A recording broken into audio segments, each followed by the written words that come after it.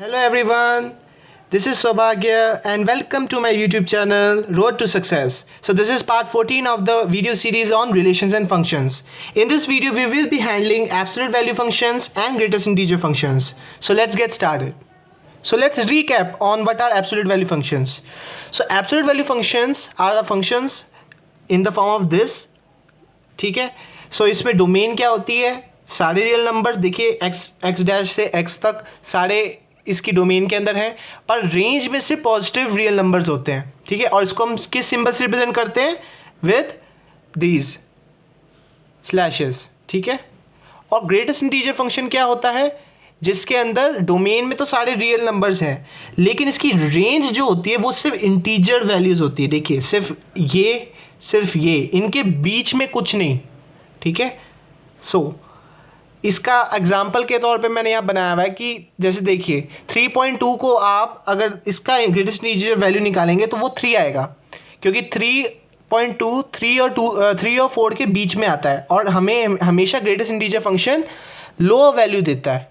तो हमें 3.2 जब हम डालेंगे तो हमें 3 देगा, 4.2 डालेंगे 4 देगा, 5/2 डालेंगे जो कि एक्चुअल में 2.5 है तो वो हमें 2 देगा, जो लोएस्ट इंटीजर वैल्यू है. दो जो इंटीजर्स के बीच में ये वैल्यू आती है उसमें से लोएस्ट इंटीजर या वही इंटीजर देता है. तो अगर हमें 3 ही दिया होता तो हमें 3 देता. ठीक है, और ये सिंबल रिप्रेजेंट करता है square brackets. This is the symbol for greatest integer function. ठीक है, सो ये था रिकैप. अब हम कुछ क्वेश्चंस ट्राई करते हैं, उससे हम ज़्यादा अच्छी तरह से समझ पाएंगे. सो ये हमें पहला क्वेश्चन दिया हुआ है, find the domain of the following function where y equals absolute value of x-5 upon x-5. तो इसको अगर हम थोड़ा सा ब्रेक डाउन करें तो ये एक्चुअल में हम इसको लिख सकते हैं इस फॉर्म में कि this will be equal to x-5 upon x-5 when x-5 is greater than 0. ठीक है, और ये क्या होगा, ये हमारा जो वैल्यू होगी वो नॉट डिफाइंड होगी when x-5 is equal to 0. तब हमारा डिनोमिनेटर भी 0 हो जाएगा तो ये नॉट डिफाइंड हो जाएगा.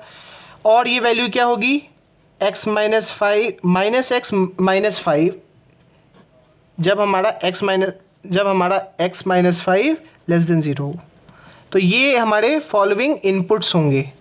ठीक है, इस फंक्शन के. तो इस फंक्शन में हमें ये पता चल रहा है कि ये इस पे भी फुल्ली चलता है. ठीक है, पॉजिटिव होने पे भी ये पूरा चल रहा है, नेगेटिव होने पे भी ये पूरा चल रहा है. ठीक है, तो कोई ब्रेक्स नहीं है. बट जब ये x-5 0 होता है तब ये नॉट डिफाइंड है.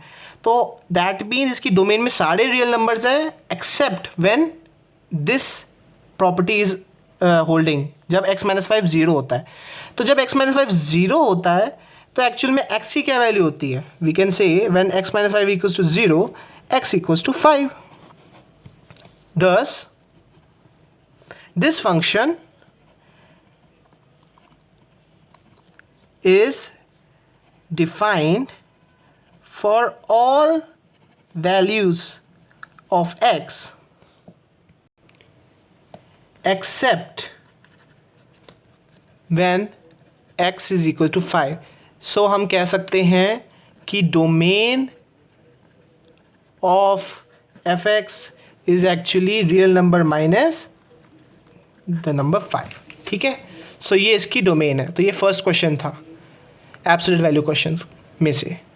So the second question is find the range of absolute value x-7.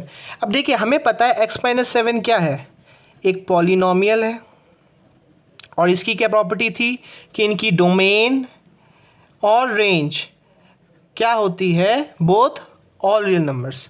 ठीक है, सो इतना हमें पता है. लेकिन क्योंकि एब्सोल्यूट वैल्यू लग गई है तो इतना अब हम कह सकते हैं कि हमारी रेंज जो लिमिट हो चुकी है वो सिर्फ पॉजिटिव नंबर्स तक रह गई है. ठीक है, so we can say that range will be from 0 till infinity. So range positive रह गई है. अब कहा तो हमें रेंज ही है, बट हम डोमेन भी फाइंड आउट कर सकते हैं. तो डोमेन क्या होगी, देखिए डोमेन में भी सारे रियल नंबर्स थे लेकिन एक रियल नंबर नहीं होगा जिस पे नहीं, इसमें डोमेन में सारे रियल नंबर्स ही होंगे. क्यों, क्योंकि देखिए इसमें अगर हम 7 भी डाल दें तो भी हमें 0 मिलता है, और क्योंकि ये पॉलिनॉमियल फंक्शन है तो डोमेन में रियल सारे होंगे, तो एब्सोल्यूट वैल्यू से कोई फ़र्क नहीं पड़ता, तो हमारी डोमेन में सारे रियल नंबर्स होंगे, ठीक है, जिसको हम रिप्रेजेंट करते हैं फ्रॉम दिस सिंबल, ठीक है। सो ये था सेकेंड क्वेश्चन, वेरी इजी। अब थर्ड क्वेश्चन देखते हैं, ये बहुत इंटरेस्टिंग है। Find the domain and range of y equals minus absolute value x। अब यहाँ देखिए इसका मतलब क्या है कि जो एब्सोल्यूट वैल्यू में हमें अगर कोई भी नंबर मिला, x पॉजिटिव नेगेटिव बोथ हो सकता है, सो एक चीज़ तो हमें पता चल गई कि डोमेन हमारी होगी ऑल रियल नंबर्स, ठीक है, क्योंकि कुछ भी हो सकता है वैल्यू। बट डोमेन के अंदर जब हमने x डाला नेगेटिव या पॉजिटिव, तो नेगेटिव डालने पे भी हमें पॉजिटिव वैल्यू मिली और पॉजिटिव पे भी तो पॉजिटिव ही मिली, बट उसके बाद बाहर माइनस का साइन लगा है। दैट मीन्स चाहे कोई भी पॉजिटिव वैल्यू, जो जब भी हमें पॉजिटिव वैल्यू मिलेगी वो नेगेटिव हो जाएगी, और क्योंकि एब्सोल्यूट वैल्यू फंक्शन है तो हमें हमेशा इसमें पॉजिटिव वैल्यू ही मिलेगी, तो हर पॉजिटिव वैल्यू के आगे माइनस साइन लग जाएगा, जिसके कारण सारी y की वैल्यूज़ नेगेटिव हो जाएंगी, ठीक है, एक्सेप्ट 0, ठीक है। जब हम 0 डालेंगे तो 0 नेगेटिव कुछ नहीं होता, 0 0 ही होता है। तो हमारी रेंज जो होगी वो होगी फ्रॉम माइनस इन्फिनिटी टिल 0, ये रेंज होगी इंक्लूडिंग 0, ठीक है। सो यहाँ पे एक हल्की सी देखिए चेंज क्या आया। वैसे एब्सोल्यूट वैल्यू की क्या होती है, अगर सिर्फ absolute value of x equals y लिखा होता तो इसकी रेंज में हमेशा हमको क्या मिलता, 0 टू इन्फिनिटी, हमेशा पॉजिटिव नंबर्स। पर क्योंकि यहाँ माइनस लगा दिया तो अब जो भी पॉजिटिव नंबर्स थे उनके आगे माइनस लग गया, तो अब हमें हमेशा नेगेटिव नंबर्स मिलेंगे, ठीक है। So this is how the question changes with just a minus sign, ठीक है। सो आई होप आपको ये वाला क्वेश्चन इंटरेस्टिंग लगा हो। So now look at the fourth question. इसमें कहना है find domain and range of the function F X where F X equals absolute value of X upon x.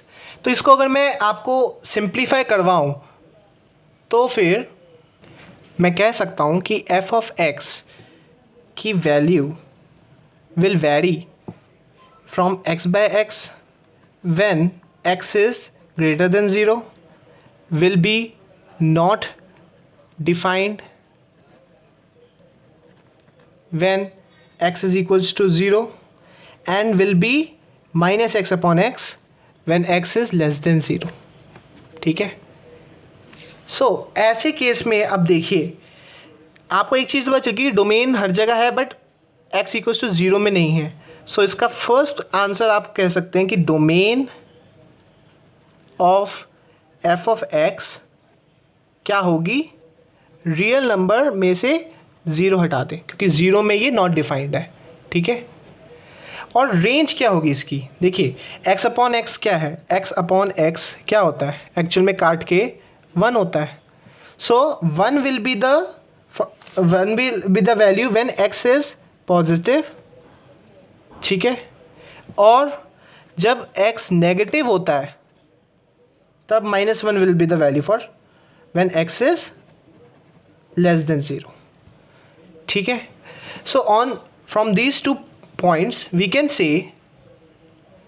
से that range of F X will only contain 2 numbers which is 1 and -1, क्योंकि देखिए जब भी x की positive values होंगी तो 1 आएगा answer, जबकि जब भी नेगेटिव वैल्यूज होंगी तो -1 आएगा।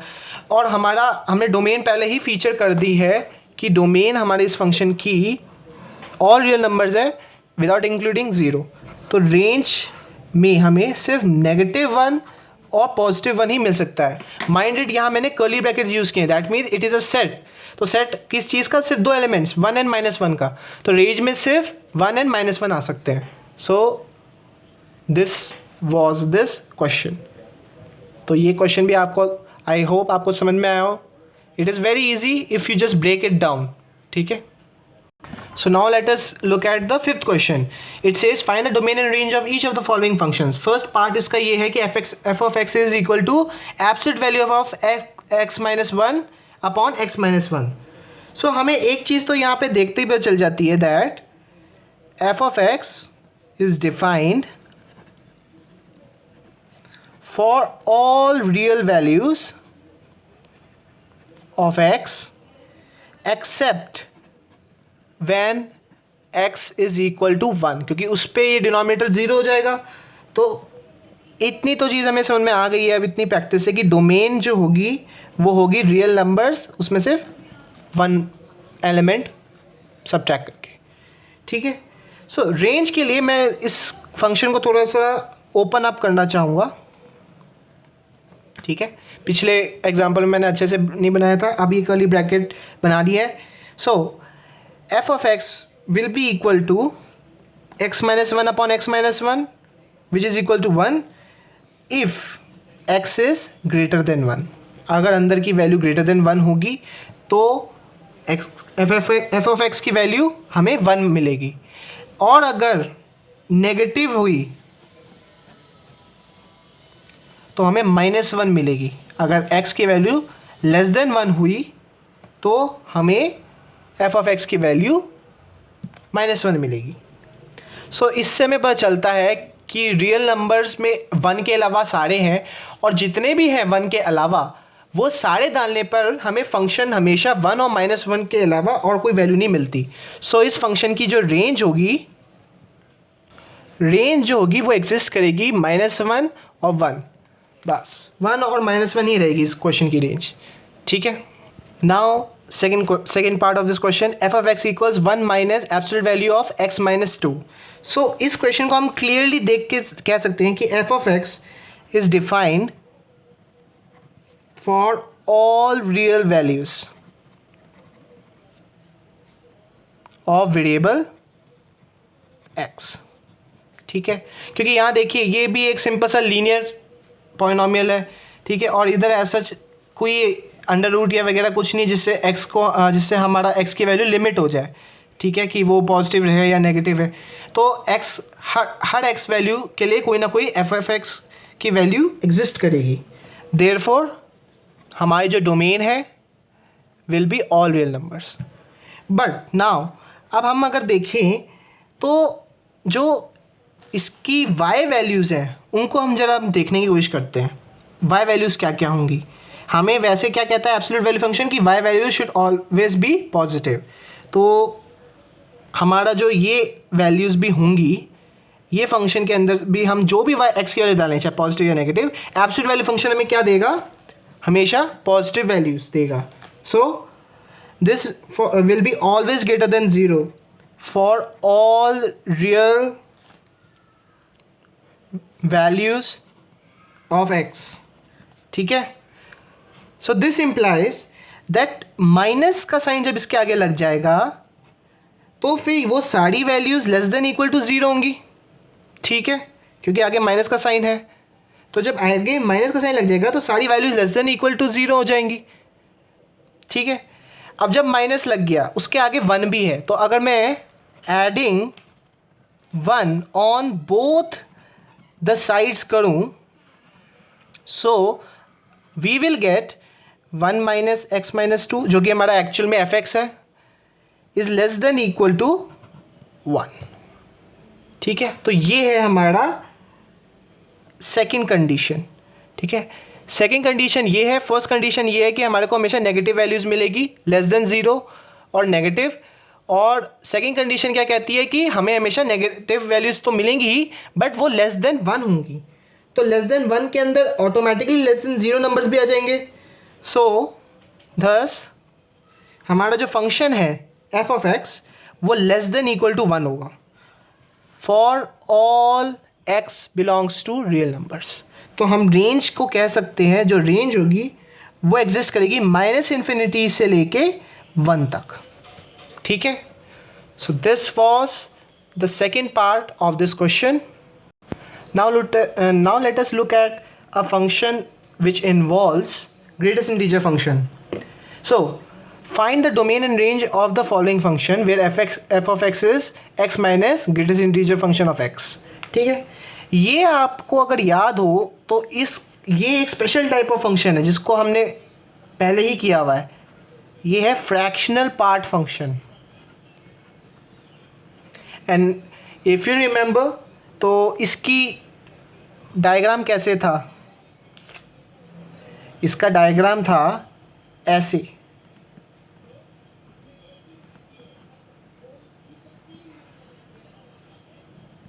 ठीक है, मतलब क्या कि इसकी रेंज जो थी उसमें तो इसकी जो डोमेन थी, ठीक है, उसमें तो ये ऐसे भी जा सकता है और ये इधर से भी जा सकता है, ठीक है। सो इसकी डोमेन में तो सारे रियल नंबर्स थे, ठीक है, all real numbers, but range जो इसकी थी अगर आपको याद हो तो वो सिर्फ 0 और 1 के बीच में थी, ठीक है। सो ये था ग्रेटेस्ट इंटीजर फंक्शन। सो इसकी रेंज 0 से 1 तक थी और डोमेन में सारे रियल नंबर्स थे। अब हम इसी को कोशिश करते हैं, इसी का एक डिफ़िकल्ट वर्जन को ट्राई करते हैं सॉल्व करने के लिए। पर इसका एक बार आप देख लीजिए कि इसका आंसर क्या देता है। For example we put x equals to 3.2, ठीक है। जब भी हम 3.2 पुट करेंगे, यानी जब भी हम कुछ भी डेसिमल में पुट करेंगे तो ये क्या देगा, देखो f ऑफ x हमारा क्या है, x minus greatest integer of x। So f of 3.2 क्या देगा हमें, यहाँ x में 3.2 डाल दिया, यहाँ ग्रेटेस्ट इंटीजर में 3.2 डाल दिया। ग्रेटेस्ट इंटीजर हमको क्या दे देगा, इसका स्मॉलेस्ट इंटीग्रल वैल्यू जो कि है 3, तो 3.2 माइनस 3 0.2, तो f ऑफ 3.2 एक्चुअल में क्या है 0.2।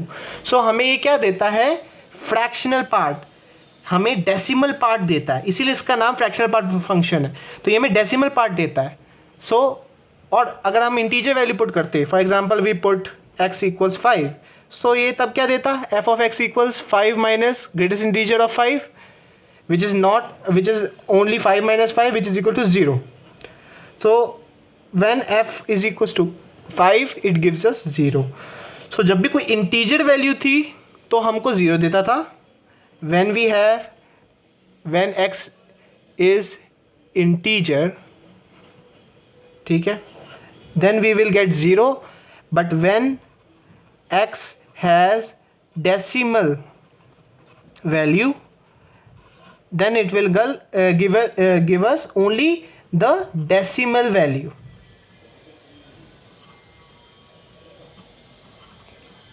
ओके, सो ये मैं सिर्फ डेसिमल वैल्यू देता।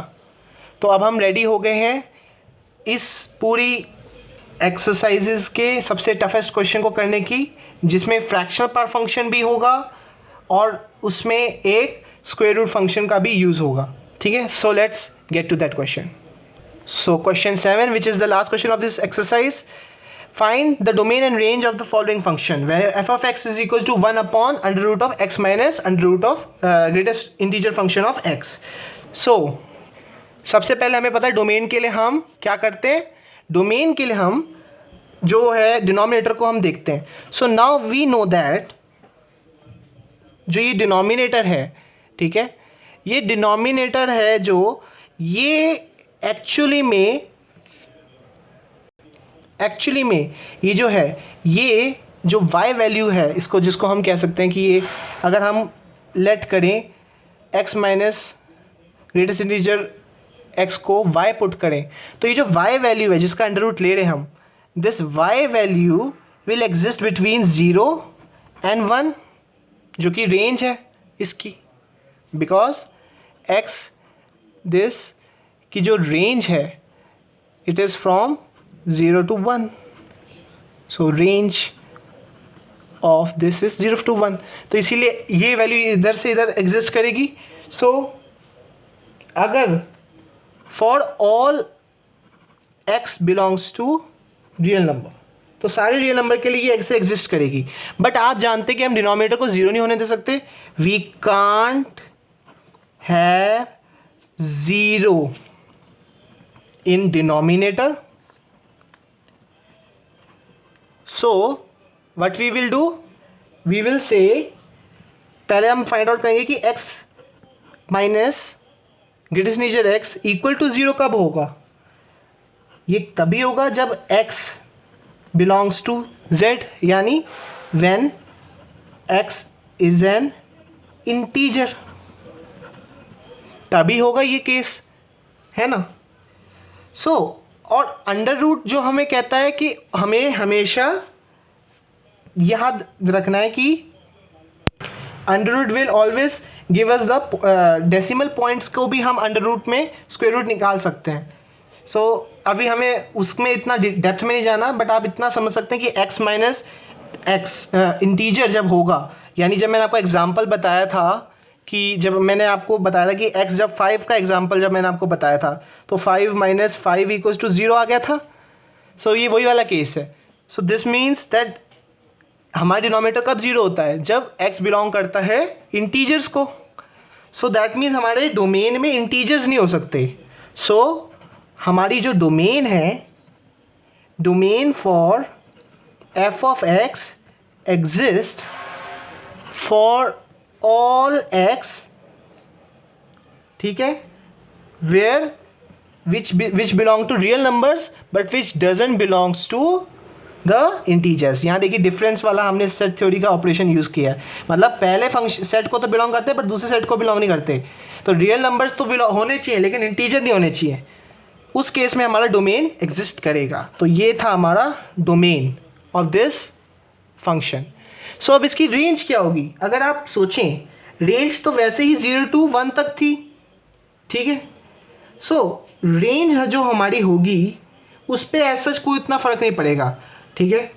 हमारी रेंज का हमें पता चलेगा, देखिए अंडर रूट ऑफ वाई, ठीक है, अंडर रूट ऑफ वाई की जो हमें पता है कि प्रॉपर्टी कि अंडर रूट के बाद हमें जो Y under root of X जब हमें दिया गया था y equals under root of X, तो हमें पता था कि y will have all the positive values. तो अंडर रूट के बाद, अंडर रूट होने के बाद हमें हमेशा y की पॉजिटिव वैल्यूज़ मिलती थी। तो एक चीज़ तुम्हें पता चल गई कि हमें पॉजिटिव वैल्यूज़ मिलेंगी अब, ठीक है।